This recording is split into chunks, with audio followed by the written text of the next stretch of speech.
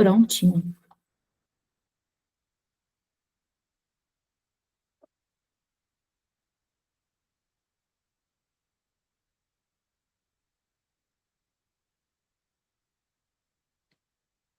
Pode ser?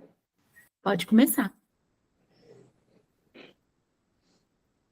Neste momento, pedimos a proteção de Deus Pai, Filho, Espírito Santo, Nossa Mãe Maria Santíssima, e toda a espiritualidade que esteja aqui presente, nos auxiliando neste momento de estudo.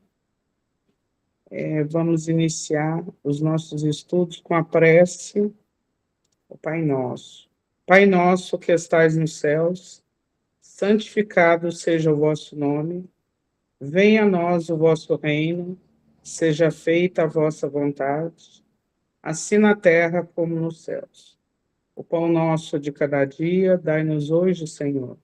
Perdoa, Pai, as nossas ofensas, assim como nós perdoamos a quem nos tem ofendido, e não nos deixeis cair em erros e tentações, mas livrai-nos da prática de todo e qualquer mal. Amém. Que assim seja, gratidão, Valerie. Gente, eu só antes de começar a leitura, eu não sei onde que eu estava com a cabeça, eu vi lá na playlist no YouTube, a aula 9, e não me atentei à data. E eu, para mim, a da semana passada era 9. Eu tô tranquilona, esperando quinta-feira, que é hoje, para poder a gente ter mais um estudo e eu lançar o estudo de hoje. E aí faltou a 10, e aí assim que cair essa de hoje, aí eu coloco as duas. Foi uma falha mesmo, e depois que eu me atentei à data, que eu vi que era, faltava a 10 lá, e eu tô bem tranquila a semana inteira. Percebi isso.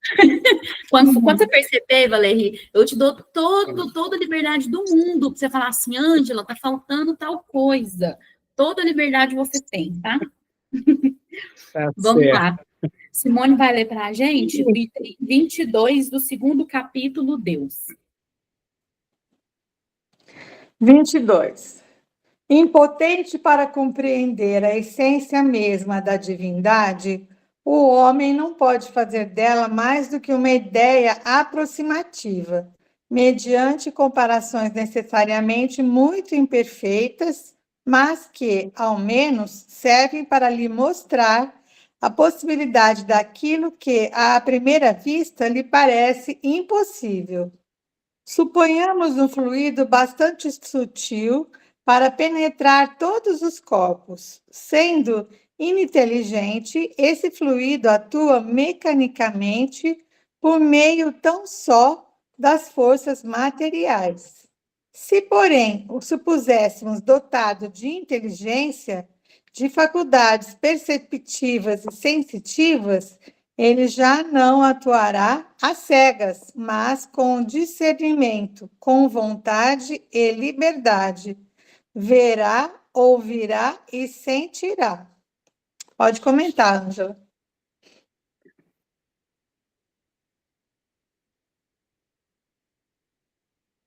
Ângela? E a Ângela caiu? Sumiu. Então, ele está começando a fazer uma simbologia de como é que a gente vai compreender a abrangência de Deus nas nossas vidas, né? Na vida de todo ser vivo. Então, ele está começando a dar uma introdução aqui, que a gente tem um fluido bastante sutil e que envolve todas as pessoas, todos os corpos.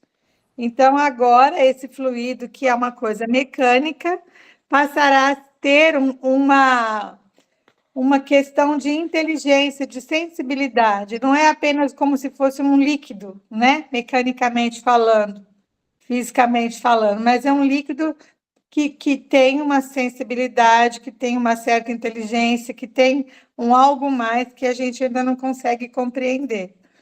Então, vou para o item Vocês estão me 23. ouvindo agora, gente? Agora Sim. tá.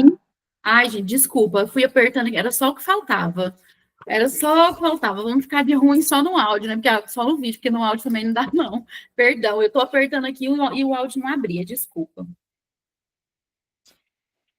Vamos no 23. As propriedades do fluido perispirítico dão-nos disso uma ideia. Ele não é de si mesmo inteligente, pois que é matéria, mas serve de veículo ao pensamento, às sensações e percepções do espírito.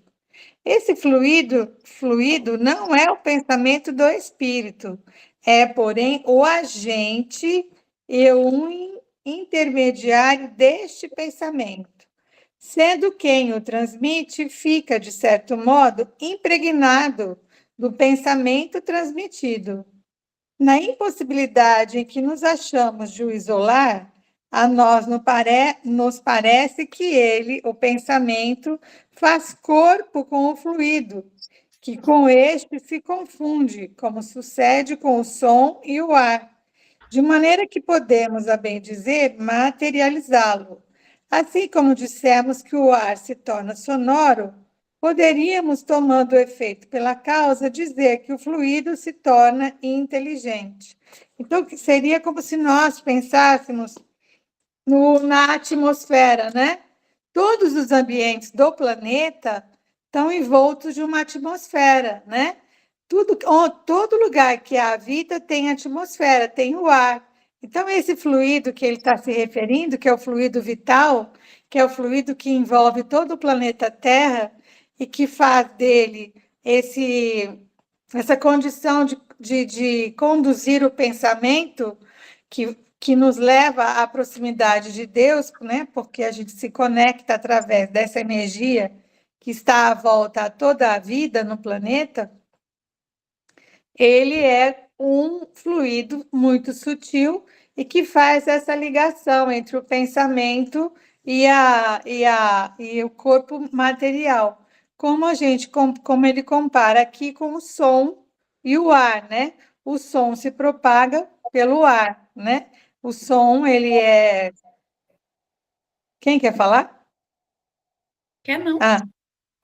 Então, e aí eu entendi dessa forma, que todo o ambiente do planeta, ele é envolto nesse fluido, e esse fluido é o condutor do pensamento, das ações que nós temos do nosso espírito e que se aproxima de Deus, para que a gente tenha sempre essa vinculação a Ele.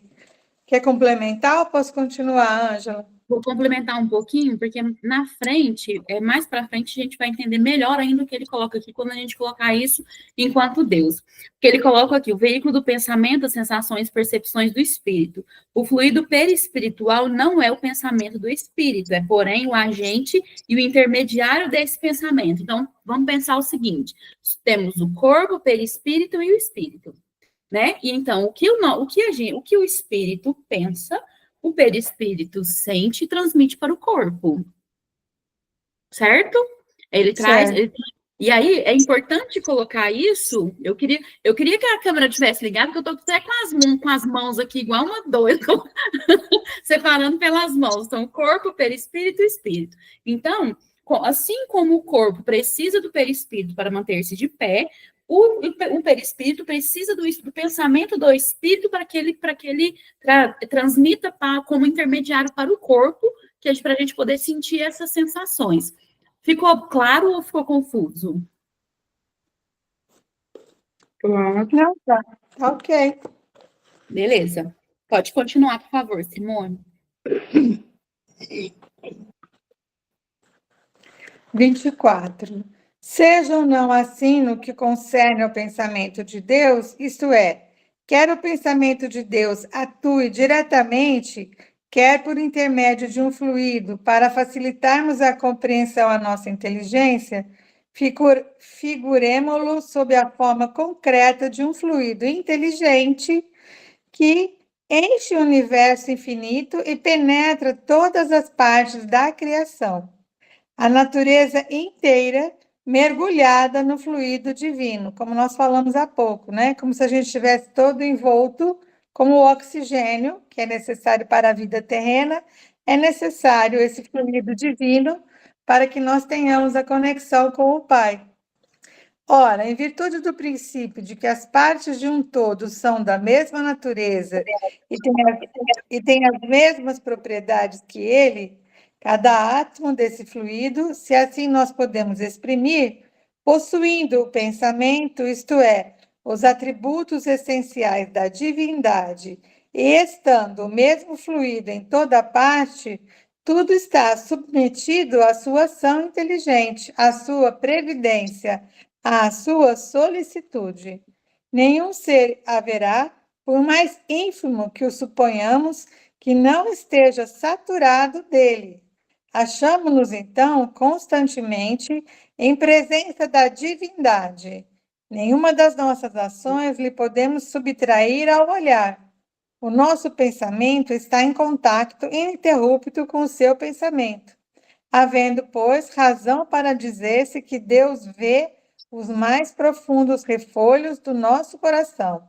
Estamos nele como ele está em nós, segundo a palavra do Cristo. Para estender a sua solicitude a todas as criaturas, não precisa Deus lançar ao olhar do alto da imensidade. As nossas preces, para que ele as ouça, não precisam transpor o espaço, nem ser ditas com voz retumbante, pois que, estando de contínuo ao nosso lado, os nossos pensamentos repercutem nele. Os nossos pensamentos são como sons de um sino, que fazem vibrar todas as moléculas do ar ambiente. É o que eu disse ali atrás, né? Nós estamos envoltos num fluido vital divino e que nos conduz a Deus e Ele a nós. Então, é por isso que Ele sabe de tudo que acontece, de toda a vida do planeta, de tudo que acontece, das ações, que, na verdade, estamos envoltos nessa energia que é comum a Ele e a nós. Então, a gente se integra o tempo todo a esta divindade maior que é Deus, nos amparando, nos orientando, nos supervisionando. Então, não tem nada que ele desconheça, porque nós estamos envoltos na energia dele, nesse fluido divino. Pode complementar. Ele coloca, né, um contato ininterrupto com o nosso pensamento. Estamos nele e ele está em nós. E aí a gente Espera só um pouquinho, André. Espera só um pouquinho. Ô, Maria, fecha seu áudio, lindona. Obrigada. Pode falar, Márcia. E aí a gente volta naquela parte a que a gente falou alguns estudos atrás, que Deus está presente sempre, né? Que a nossa prece, por exemplo, nossa comunicação com Deus, ela é rápida, né? Que a gente precisa desse relacionamento. E aqui mesmo coloca que Deus não está no alto, e tão alto que a gente precisa gritar para que ele nos ouça, de tão próximo que ele está, né? Ele está em nós e nós estamos nele. Então, assim, é mais sensacional ainda do que a gente pensa, né? E aí a gente acha que enquanto a gente estiver em Deus, a gente vai continuar repetindo que a gente vai com o pensamento no raso, com o nosso entendimento no raso, e acho que a gente não vai cansar de repetir isso, mas é a nossa pura verdade. E aí a gente começa a entender e a perceber que nada passa ao olhar de Deus, porque é um contato ininterrupto, né? Com 8 bilhões de pessoas na Terra, fora os outros por aí, 8 bilhões de pessoas na Terra, é um contato ininterrupto. E aí, veja bem, estamos nós aqui nessa sala online, estamos todos nós pensando ao mesmo tempo, seja lá no que a gente está pensando. Eu estou pensando no que eu estou falando, e aí vocês prestando atenção em mim, estamos todos pensando ao mesmo tempo. E Deus sabendo o que cada um de nós está pensando ao mesmo tempo. Por isso que a gente custa entender, né? Porque como é que pode? A gente não consegue conversar com duas pessoas ao mesmo tempo. Ou a gente presta atenção em uma, ou a gente presta atenção na outra. Mas Deus não. É durante todo o tempo um contato ininterrupto com todos, com cada um da criação. Alguém quer fazer mais um comentário? Simone, isso seria a centelha divina de que somos feitos? Não, são assuntos diferentes. Centelha divina, ela foi colocada em cada espírito quando ele é criado, que é o discernimento que a gente tem para o bem e para o mal. Isso é a centelha divina. Isso que ele está se referindo é uma energia. Fecha um pouquinho o seu áudio, lindona, só para poder explicar isso. Esse que ele está dizendo aqui é o fluido divino. Pensa no ar, no oxigênio que a gente respira no planeta. Todo ser vivo precisa do oxigênio. Até o inseto, até as larvas precisam de oxigênio para sobreviver. Nós temos nessa energia material que é o planeta Terra, esse fluido, que é um fluido energético, que é chamado fluido divino, que é cedido pelo Pai na criação desta vida toda, do globo todo.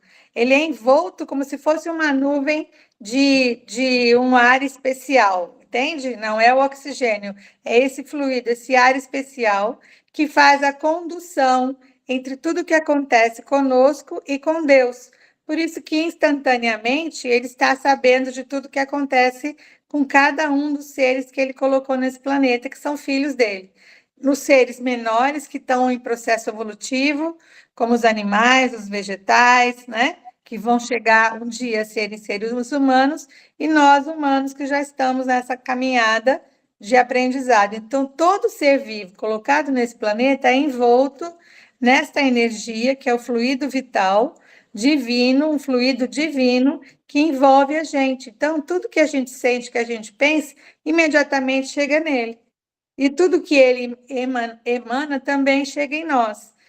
Tanto que se a gente estiver aberto, estiver receptível, rapidamente a gente consegue se equilibrar em determinadas situações. Mas se a gente não está receptível, a gente não consegue receber o amparo do Pai, né? Através das infinitos recursos que ele tem. Porque a gente está envolvido nesse total ambiente fluídico divino. Entendeu a diferença? Centelha divina é uma coisa, fluido divino é outra. Entendi. Ângela, quer completar, Ângela? Não, foi perfeito. Alguém Posso quer falar? continuar? Pode, Simone, por favor. 25. Espera aí, deixa eu abrir meu óculos. Longe de nós a ideia de materializar a divindade. A imagem de um fluido inteligente universal, evidentemente, não passa de uma comparação apropriada a dar de Deus uma ideia mais exata do que os quadros que o apresentam debaixo de uma figura humana. Destina-se ela a fazer compreensível a possibilidade que tem Deus de estar em toda parte e de se ocupar com todas as coisas. Então, olha, para não ser muito direto conosco, ele quis dizer o quê? Que na nossa pequenez de interpretação, foi a maneira que eles acharam de nos fazer entender como funciona esta conexão imediata com Deus, trazendo essa ideia do fluido divino, né? Porque nós não temos, de jeito nenhum, capacidade ainda de compreender a magnitude que é essa força maravilhosa que gere tudo. Então, eles trouxeram essa ideia do fluido divino para que nós conseguíssemos entender como é esse elo de ligação entre nós, que estamos nesse processo evolutivo, e o Pai. Mas ele quer que a gente compreenda que não é esta coisa tão rasa, né? É muito mais profundo que isso. E ele também quer trazer essa informação para que a gente tire da nossa ideia aquela ideia de Deus, um velhinho de barba, embaixo de uma figueira, sentadinho num trono, qualquer coisa do gênero, né? Porque é uma imagem muito limitante e nós hoje já temos capacidade de saber que não é assim que a banda toca. Pode complementar, Ângela. Não precisa. Você foi ótima na colocação. Se alguém quiser falar mais alguma coisa. Alguém quer falar mais? Podemos ir?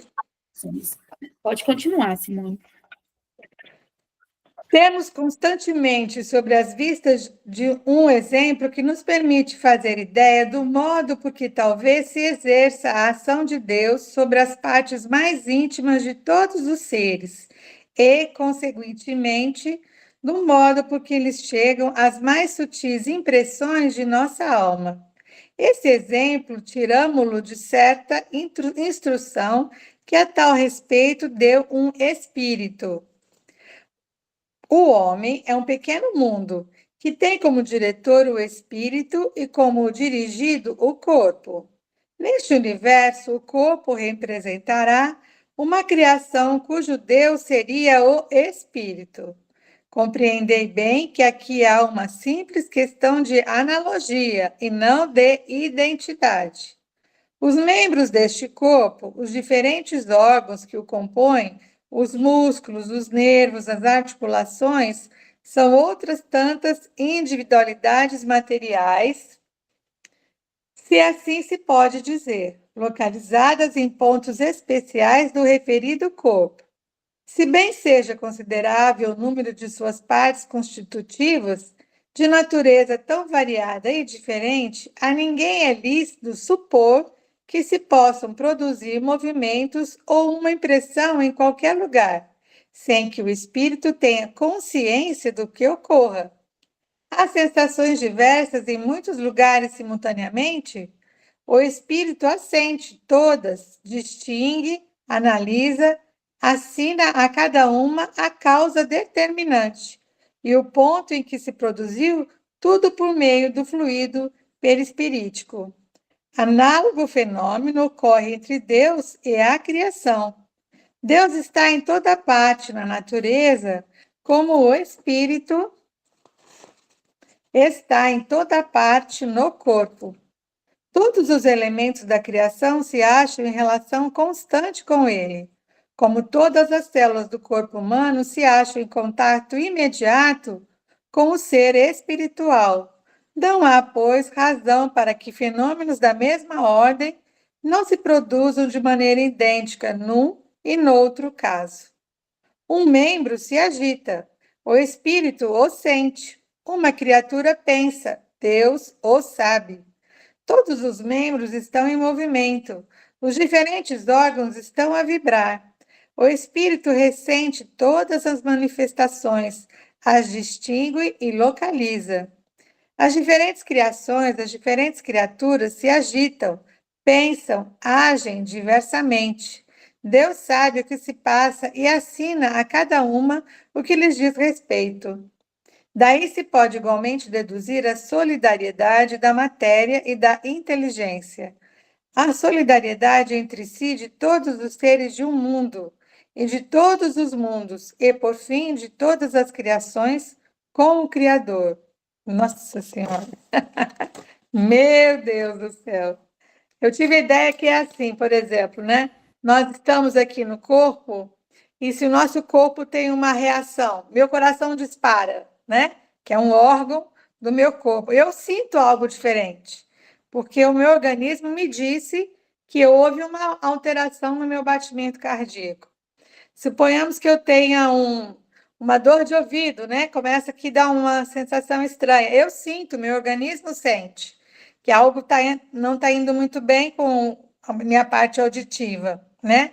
Então, essa comparação que ele fez, essa analogia, para a gente entender que nós somos parte de um todo. Qualquer coisa que aconteça, a mente principal, que é a mente da inteligência, que é Deus, ela sente o que está acontecendo, ela sente essa irradiação que nós emanamos, né? Então, essa analogia que ele fez foi bem interessante, porque às vezes a gente tem um espasmo que não é consciente, mas foi uma ação e que ela resulta numa sensação. Então, Deus sente todos esses nossos movimentos, do mais ínfimo que seja, no ser mais simples, ele sente tudo que acontece e está ali nessa sensibilidade o tempo todo, né? É uma sensação, uma interligação que não tem nenhum momento de pausa, de interrupção. Eu entendi mais ou menos por aí, mas a Ângela vai complementar. Aí por isso que eu fiz aquela colocação atrás, porque disse que seria importante aqui na frente, porque aí coloca que esse fenômeno ocorre entre Deus e a criação, que Deus está em toda parte da natureza, como o espírito está em toda parte do corpo. E aí pensa, se a gente tem um espírito que pensa e o perispírito transmite isso para o corpo, nós temos um pensamento que é transmitir, que recebe diretamente de Deus. Então, a gente coloca, vamos colocar, eu falando para vocês que minha mão tá, então achando que tá todo mundo me vendo, fazendo as colocações com a mão, meu Deus. E aí entra nessa parte, né? Então, se a gente é o espírito enquanto ser pensante, então o espírito pensa e transmite para o corpo, com o intermediário do perispírito. E aí, enquanto a gente pensa, a gente está recebendo de Deus. Então, Deus está em tudo, assim como o espírito está em todo o corpo. Então, tudo que o espírito pensa, tudo que o espírito sente, transmite diretamente para o corpo. Tudo que Deus pensa e sente, transmite diretamente para o espírito. Então, é uma ligação muito perfeita, muito sensacional. Por isso que ele está em toda parte da natureza, assim como a gente está em toda parte, como o nosso espírito está em toda parte do corpo. Certo? Certo. Alguém quer falar alguma coisa, gente? Fazer um comentário? Luziana chegou, tá quietinha, não falou nada, Luziana. Então, eu estava, desculpa, gente, pelo atraso, mas eu fui lá no centro, aí cheguei aqui muito em cima da hora, a internet deu um perrex aqui, teve que reiniciar o modem, aí eu atrasei. Eu fiquei aqui pensando, né? Teve um dia que eu ouvi uma palestra onde falava de Jesus e de Chico, da condição que eles tinham de perceber, né,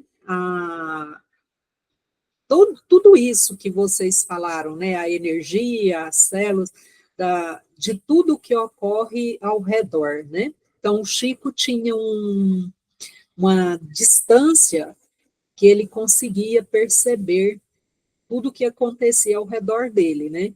Então, assim, se a pessoa chegava com uma taquicardia, ele sentia. Se uma pessoa chegava com dor de cabeça, ele percebia, né? Há um raio em volta dele, que eu não lembro lá quantos metros eram. 2 quilômetros. Quanto? 2 quilômetros. Ah, tá. E aí Jesus diz que o raio dele, esse palestrante disse isso, né? Que era o raio da Terra, né? Aí a gente fica pensando assim, né? Tudo que acontece dentro do planeta Terra, Jesus percebe. Agora, Deus, o raio dele é do universo, né? Ou dos universos, porque são tantos universos. Então, assim, é para a gente entender que existe algo que sente tudo que a gente sente, apesar de a gente ser tão pequenininho, mas a gente não é invisível, né? Então tem alguém que percebe tudo que a gente sente. E aí, porque aí colocando essa parte que você falou que a gente é tão pequenininho, e às vezes a gente se sente tão pequeno a ponto de, às vezes, se envergonhar ou de se esconder do próprio Deus, porque a gente se acha tão pequeno, né? Principalmente, às vezes, diante de algum erro, a gente se acha tão pequeno. E nessa nossa pequenez, Deus está aqui, né? Como diz lá atrás um pouquinho, Ele está em nós, assim como nós nele. Então, nada passa despercebido, ainda que sejamos pequenos, ainda que falhamos o tempo todo. Então, nada passa despercebido. Pode continuar. Vamos lá.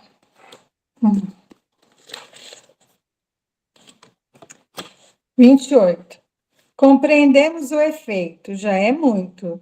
Do efeito remontamos à causa e julgamos da sua grandeza pela do efeito. Escapamos-nos, porém, à sua essência íntima, como a da causa de uma imensidade de fenômenos. Conhecemos os efeitos da eletricidade, do calor, da luz, da gravitação. Calculamos-los, entretanto, ignoramos a natureza íntima do princípio que os produz. Será então racional neguemos o princípio divino, porque não o compreendemos? Então, é aquilo que nós falamos agora há pouco, né? Eles conseguiram, de uma forma bem básica, bem rasa, trazer para a gente uma ideia de como é esta ligação do Pai conosco, né?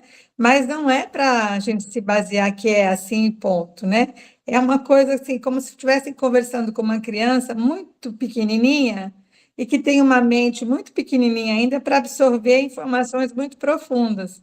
Então, eles usaram essa linguagem bem infantil, porque nós somos muito pequenos, muito crianças ainda no nosso processo evolutivo, para que trouxesse uma luz de como funciona esse intercâmbio entre Deus, o Pai maior, e nós todos, né?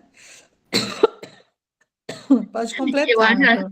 achei legal o que você falou agora sobre criança, que eu estava pensando exatamente a mesma coisa, que coloca para nós como se colocasse assim meticulosamente para que a gente entendesse. E aí, não satisfeito, ainda fala assim: compreendemos o efeito, já é muito. Já é muito. Então, tipo assim, é além da sua compreensão, porque se a gente parar para analisar o que a gente leu aqui agora, às vezes precisa de.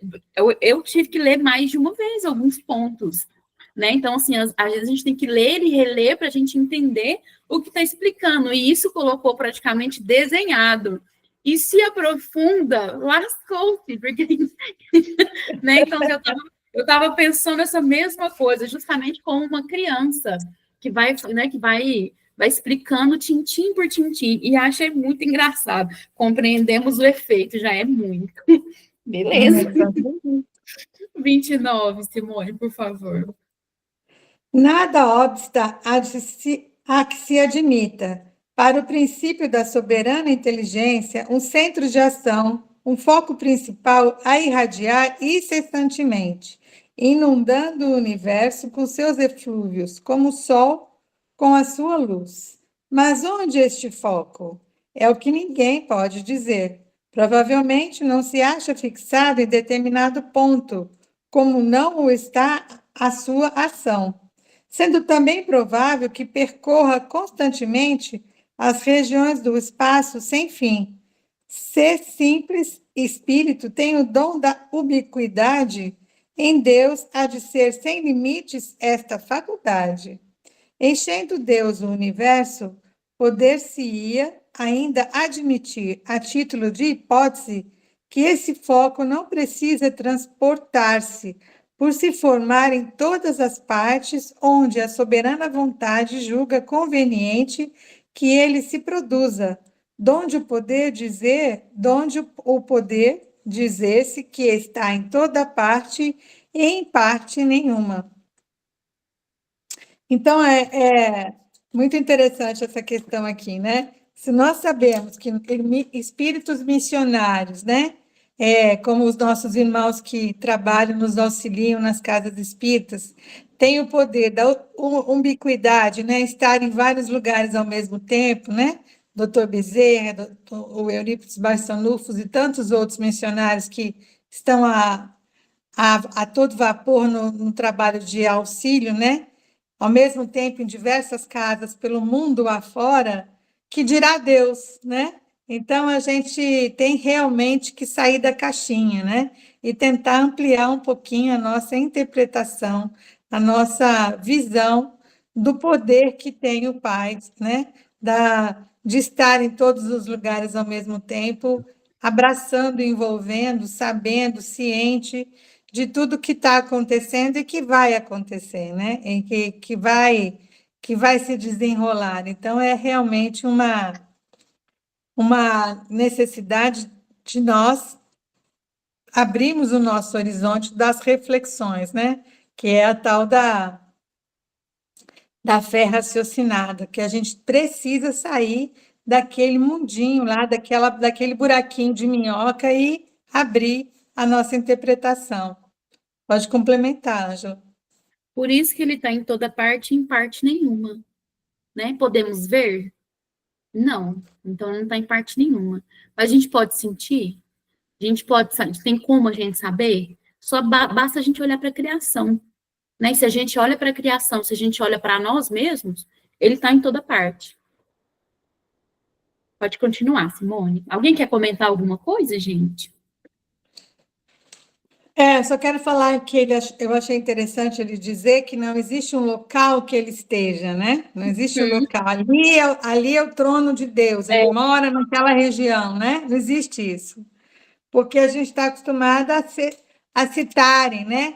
Colônias de diversos graus de evolução, né? Então, Deus mora em X colônia, não mora em colônia nenhuma, né? Ele não está em lugar nenhum, não está sediado em nenhuma parte. Ele está em todo lugar e em lugar nenhum. Esse em lugar nenhum é porque ele não tem Lugar fixo. moradia, entre aspas, né? Uma coisa bem, bem básica, em nenhum local. Ele está o tempo todo em todo lugar. Muito interessante essa colocação dele aqui. E Mais aí, uma vez, chamando a gente para sair da caixinha, né? exato, e aí se a gente parar para pensar lá naquela parte, onde que é o reino de Deus? Onde está o reino de Deus? Dentro de nós. Dentro de nós. Então, se o reino de Deus está dentro de nós, como que ele pode ter um lugar fixo? Se somos muitos, como que ele pode ter um lugar para ele estar se o reino de Deus está dentro de nós?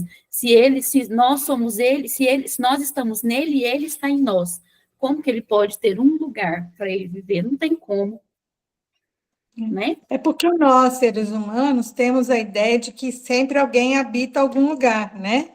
Então, os irmãos mais evoluídos habitam colônias felizes, né?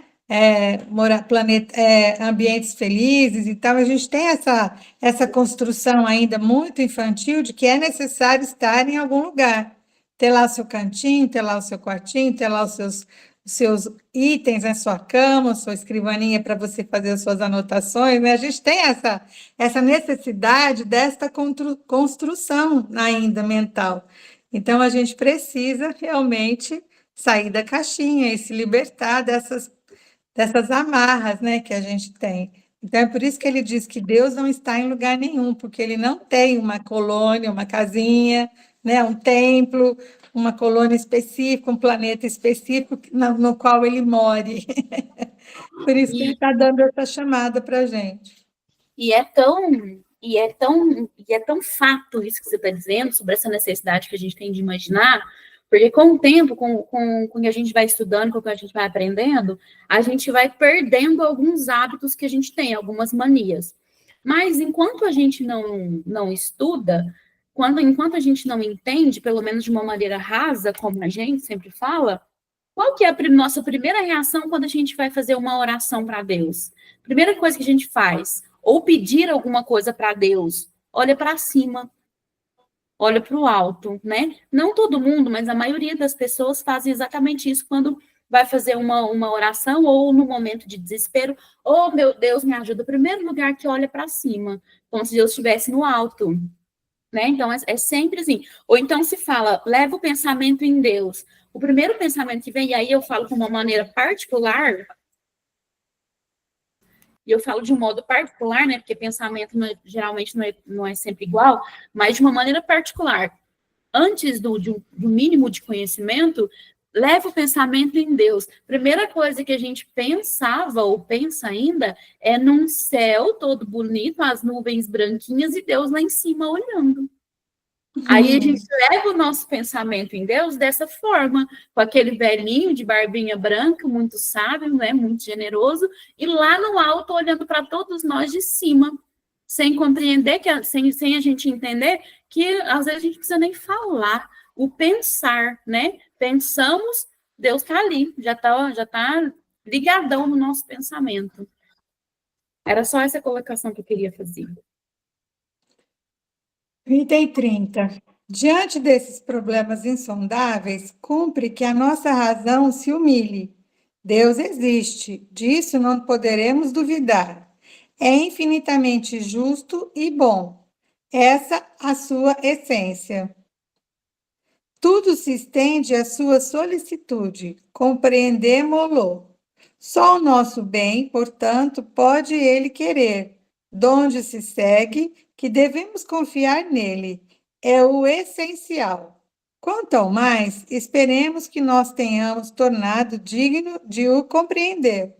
Então, ele está dizendo aqui que o máximo que eles conseguiram trazer para a gente, para que a gente o compreendesse, foi essa abordagem, né? Muito sutil, muito básica, muito rasa, mas que a gente tem que ter fé de que ele existe e que ele quer o nosso bem, né? Ele existe e quer o nosso bem, e isso é o mais importante, que a gente tenha esta fé, esta crença, né, de que Ele estará sempre ao nosso lado, nos amparando, e no momento, como disse a Ângela, de nós pedirmos, solicitarmos uma intuição, um amparo, um fortalecimento para situações às vezes mais difíceis, é só a gente se conectar mais abertamente a Ele, mais intimamente a Ele, que as coisas fluirão. Quer complementar? Posso mudar de item? Pode mudar. Então vamos lá. Visão de Deus, item 31. Deus está em toda parte. Por que não o vemos? Vê-lo-emos. Quando deixarmos a terra, tais as perguntas que se formulam todos os dias, né? Porque o ser humano, pequeniníssimo na sua reflexão, quer de toda forma ver, né? Ver Deus. A primeira é fácil responder. Por serem limitadas as percepções dos nossos órgãos visuais, ela os torna inaptos à visão de certas coisas, mesmo materiais. Alguns fluidos nos fogem totalmente à visão e aos instrumentos de análise. Entretanto, não duvidamos da existência deles. Vemos os efeitos da peste, mas não vemos o fluido que a transporta. Nota de rodapé que o Kardec escreveu isso em 1894. Vemos os corpos em movimento sob a influência da força de gravitação, mas não vemos esta força. Então, as perguntas que chegam, né? Se Deus está em toda parte, por que a gente não o vê? Será que quando nós deixarmos a Terra, esse corpo material, a gente vai passar a ver Deus, né? São as perguntas que as pessoas costumam fazer. Mas é mais uma vez um teste de fé, né? De acreditar. A gente precisa acreditar que o ar existe se eu não consigo enxergar o ar, né? Eu preciso acreditar que a noite existe se eu não vejo nada, né? A noite, como é que é? A falta da luz traz a escuridão, né? Mas a luz existe, ela só está ausente. Então, a gente tem que abrir os nossos horizontes na fé, que a gente sabe que existe uma força maior que gerencia toda essa organização perfeita em cada detalhe. E aí é o que a gente precisa agora, que a gente consegue compreender agora. O mais para frente, conforme a nossa evolução, quanto mais os nossos milhares de anos à frente que nós tivemos, nós vamos conseguir devagarinho, devagarinho, ir nos burilando para a gente conseguir uma capacidade da compreensão. Ainda a gente é muito raso. Pode falar, Ângela. E se a gente, sabendo que alguns espíritos muito evoluídos transmitem uma luz enorme, imagina Deus. E essa luz enorme, a gente não tem capacidade com as nossas, com as limitações da percepção visual que a gente tem, e aí a gente não consegue, imagina Deus. Não conseguiríamos mesmo ver, né? Porque exige uma pureza que a gente ainda está muito longe de alcançar. Né? Não só uma pureza, mas todo um conjunto de moralidade, de bondade, de misericórdia, para que a gente conseguisse, pelo menos, ter um vislumbre de Deus, né? Eu não consigo nem imaginar isso. Eu estou Então, mais rasa ainda. Eu estou mais rasa ainda. Eu estou mais ameba ainda, meu Deus do céu. 32. Os nossos órgãos materiais não podem perceber as coisas de essência espiritual. Unicamente com a visão espiritual é que podemos ver os espíritos e as coisas do mundo imaterial. Somente a nossa alma, portanto, pode ter a percepção de Deus. Dar-se-á que ela o veja logo após a morte? A esse respeito, Só as comunicações do além-túmulo nos podem instruir. Por elas, sabemos que a visão de Deus constitui o privilégio das mais purificadas almas e que bem poucas ao deixarem o envoltório terrestre, se encontram no grau de desmaterialização necessária a tal efeito. Uma comparação vulgar o tornará facilmente compreensível. Ele vai fazer agora esta comparação, né? Para que a gente consiga entender. Essa percepção de Deus é como aquela questão de nós queremos ver os espíritos, né? Como só algumas pessoas conseguem ver os espíritos e outras não?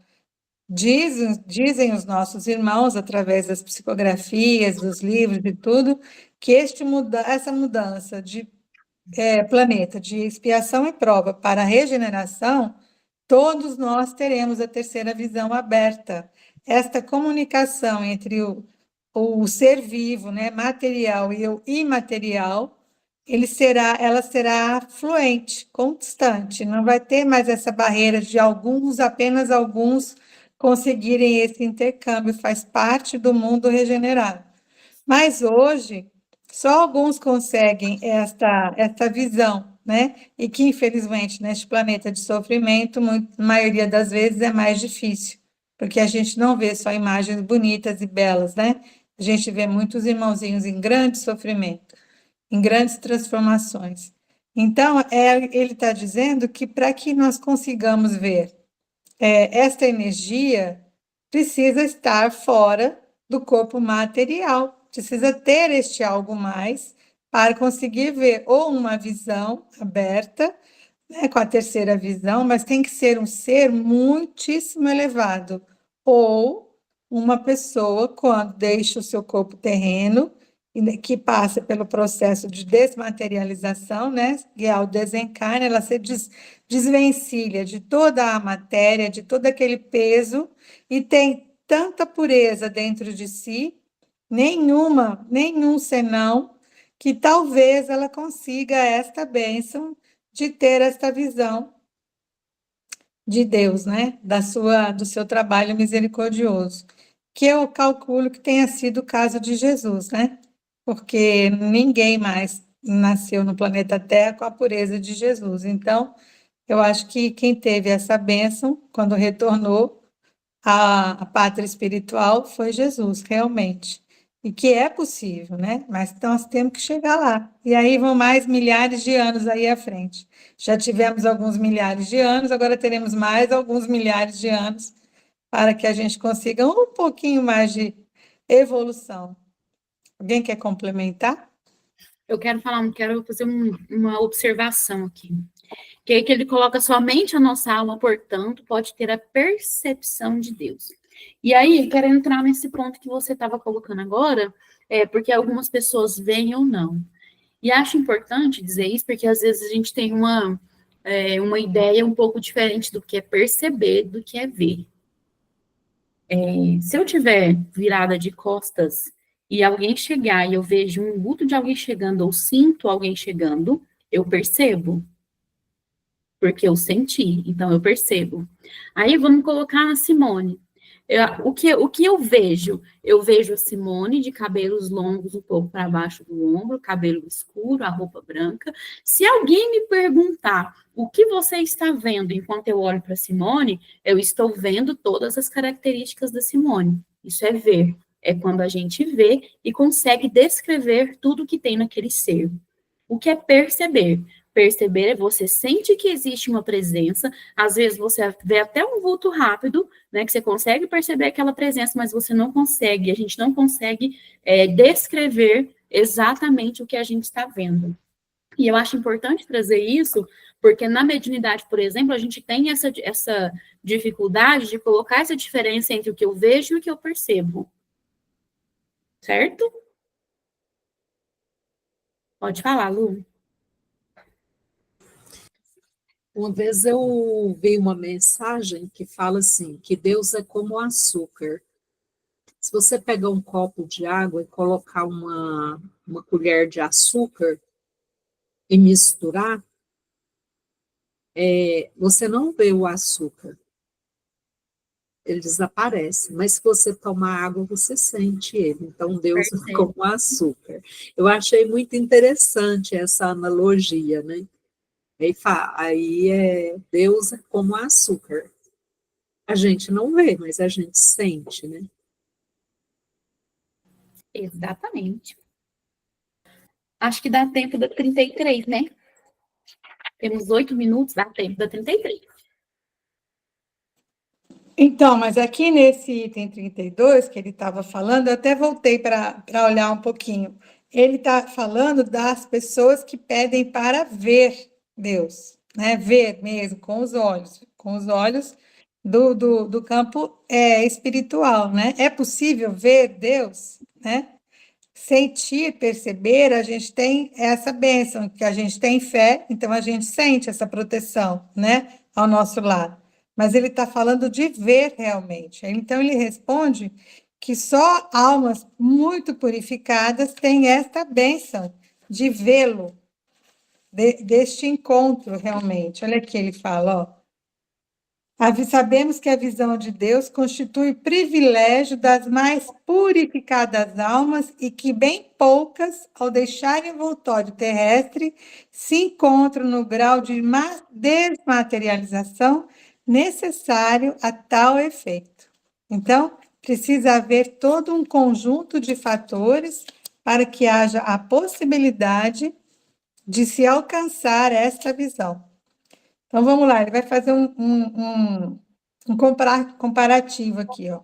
Uma pessoa que se acha no fundo de um vale, envolvido por densa bruma, não vê o sol. Entretanto, pela luz difusa, percebe que está fazendo sol. Se entra a subir a montanha, à medida que for ascendendo, o nevoeiro se irá tornando mais claro, a luz cada vez mais viva. Conforme ele for subindo, né, a montanha, a luz vai começar a ficar mais intensa, é isso que ele está querendo dizer. Contudo, ainda não verá o sol. Só depois que se haja elevado acima das camadas da brumosa e chegado a um ponto onde o ar esteja perfeitamente límpido, ela o contemplará em todo o seu esplendor. O mesmo se dá com a alma. O envoltório perispíritico, conquanto não seja invisível e impalpável, é, com relação a ela, verdadeira matéria, ainda grosseira demais para certas percepções. Ele, porém, se espiritualiza à proporção que a alma se eleva em moralidade. As imperfeições da alma são quais camadas nevoentas que lhe obscurecem a visão. Cada imperfeição de que ela se desfaz é uma mácula a menos. Todavia, só depois de se haver depurado completamente é que goza da plenitude das suas faculdades. Então, aqui nós citamos agora há pouco isso, né? É necessário que uma leveza de alma totalmente purificada, sem nenhuma mácula, né? Para que se consiga ter este mérito, né? De alcançar esta visão pura, límpida. Qualquer mácula que você ainda tenha sobre si lhe impede este progresso. Então, achei a analogia aqui muito bacana, é isso mesmo, né? A gente sabe que está de dia porque está claro, mas não consigo ver o sol. Conforme eu vou evoluindo, vou passando por N encarnações, vou me depurando, vou aparando as minhas arestas, eu vou caminhando para um ambiente mais puro e mais elevado, né? Até que eu chegue no topo da montanha, onde as brumas ficaram lá para trás, onde as nuvens, né, que não me deixavam ver o sol, eu consegui transpô-las, então estou numa situação de pureza e de leveza. Conseguiu compreender, Maria?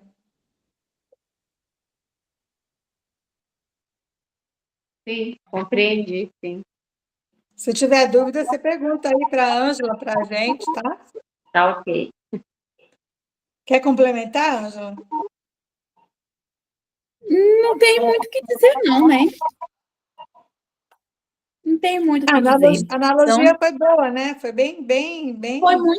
muito pontual, né? Foi muito pontual, muito direto. Então, as imperfeições da nossa alma vai colocando essas coisas, essas escuridões, essa escuridão na nossa frente, né? E aí, por isso que a gente, às vezes, não vê luz em lugar nenhum. Então, quanto mais... E aí acaba que é redundante, né? Porque foi tão pontual que acaba sendo redundante o que a gente fala. Então, assim, à medida que a gente vai se corrigindo, se melhorando, depurando cada uma dessas imperfeições, a gente vai vendo pouco a pouco a claridade, né? A gente vai vendo a luz do sol, e aí a gente compreende que a gente não é só aquilo, né? Que a vida não é só aquilo, que existe uma luz lá na frente, né? Que é só a gente ir melhorando as nossas próprias imperfeições, que a gente vai vendo essa luz maravilhosa na nossa frente. Então, assim, essa analogia foi muito perfeita, acaba que não tem nem muita coisa do que dizer. E não dá tempo da gente fazer a 35. Faltam 3 minutos, não dá tempo para a gente continuar. Alguém quer falar mais alguma coisa, ou fazer complementar alguma coisa, ou perguntar alguma coisa? Eu quero. Diga. A gente vai para 35 agora? Não, Não, para 34, 34. né? É. Perdão, dei conta. Então, eu estava falando, pensando aqui, que nós, quantas milhares de encarnações tivemos anteriormente, em que foi colocado para a gente a figura de Deus como aquele velhinho, né? Sentado num trono, à volta vários anjos, né? Tocando harpa e tal, nuvens, né? E que a gente foi ficando com essa ideia gravada de que ele era isso, né? Quantas e quantas e quantas nós tivemos essa experiência, né? Colocando para a gente essas informações. Então, é difícil se libertar disso tudo. É muito tempo sendo trabalhado dentro desta caixinha, né? Então, a doutrina espírita, ela vem, Consolador vem para dar um chacoalhão, fala, sai, sai, sai, que já chegou a hora de supitar. Para com isso, está na hora de deixar as paredes da caixinha caírem e você se libertar como uma borboleta, né? Deixar de sair do casulo e se libertar como uma borboleta. Eu comparo muito a doutrina espírita como a borboleta. Nós saímos de um casulo que, durante milhares de experiências, nós fomos assim trabalhar dentro daquele casulo, enroladinho, enroladinho, até que foi chegado o momento de se transformar na borboleta e alçar voos, porque a gente é convidado a todo momento a refletir, a pensar, a analisar, né? Não vem aquela coisa mastigadinha, prontinha, é isso e ponto. Não vá além. Você pode ficar até aqui, neste raso aqui, que é seguro, né? A doutrina espírita diz: vá além, vá além, vá além. Não é bem assim? Exatamente. E aí, complementando o que você acabou de dizer, e aí eu vou mais atrás um pouquinho, né? Que aí a gente passa a ter essa percepção, esse entendimento de que Deus não é aquele Deus, como é que fala? Julgador, né? Vingativo. Vingativo, Isso, essa palavra. Não é aquele Deus vingativo. vingativo, né? Que aí, ou se agora a gente, há pouquíssimo tempo, a gente pensava em Deus lá, sentado no trono, em volta das nuvens branquinhas, com os anjos em volta. Antes disso, era um Deus vingativo, que estava sentado lá em cima, tacando raio de fogo em todo mundo. Né? E você imagina todo mundo pulando igual pipoca com os raios, com os raios lá, né? No calcanhar de todo mundo. E hoje a gente percebe que não é isso, né? A gente vai compreendendo que não é isso, que Deus é próximo, que eu não preciso nem gritar, não preciso nem falar que Ele está presente, que Ele está me ouvindo, e Ele é amoroso e nos dá todas essas oportunidades. E aí eu repito, a encarnação com uma misericórdia, né? Que a gente estava na escuridão e estava tão distante a luz. Vamos pensar lá atrás, naquela época em que era olho por olho, dente contra dente, olho por olho, dente por dente, que todo mundo, né, que tinha que ser vingativo. Vamos colocar lá em que as pessoas lutavam, brigavam, criavam guerras porque tinham que conquistar a terra. Então, era uma escuridão e uma luz muito distante, muito distante. E aí vem a encarnação por encarnação, e aí repito, né, reitero o que a Simone acabou de dizer, quantas vezes, né, quantas existências a gente não teve que passar até ir dissipando, e a encarnação, ela é essa misericórdia, né, é o melhoramento da nossa vida para que a gente chegue cada vez mais próximo da luz. Maravilhoso. Mais algum comentário? Não, nem mais um comentário, que já é 9:02. Vou fechar, eu vou fazer a prece final, tá? Hoje eu vou pedir ninguém, não. Hoje eu faço a prece final. Vamos fechar os olhos e levar o pensamento a Jesus. E agradecer por essas oportunidades que o Senhor nos concede. Agradecer por essa proximidade. Agradecer por esse amor infinito e incondicional que Ele tem por cada um dos seres, que são todos criação dele. Nós te agradecemos, Pai, por tanto amor. Nós te agradecemos por colocar à nossa disposição, ainda que seja raso para nós, ainda que seja difícil compreensão, mas agradecemos, Senhor, por o Senhor colocar à nossa disposição esse conhecimento, esse entendimento, Pai, que o Senhor é uma luz no meio da escuridão, e que se a gente for paciente, persistente, cada dia um pouquinho mais, a gente sai da escuridão que a gente coloca dentro da gente mesmo, e a gente consiga enxergar a luz. Te agradecemos, Pai, por tanto. Te agradecemos pela semana, e certos, Pai, do seu amor, do seu amparo e da sua proteção, nós encerramos esse estudo de hoje. Ave Maria, cheia de graça, o Senhor é convosco. Bendita sois vós entre as mulheres. Bendito é o fruto do vosso ventre, Jesus. Santa Maria, Mãe de Jesus, rogai por nós, pecadores, agora e na hora de nossa passagem. Que assim seja. Minhas meninas do coração, desejo uma boa noite para todos.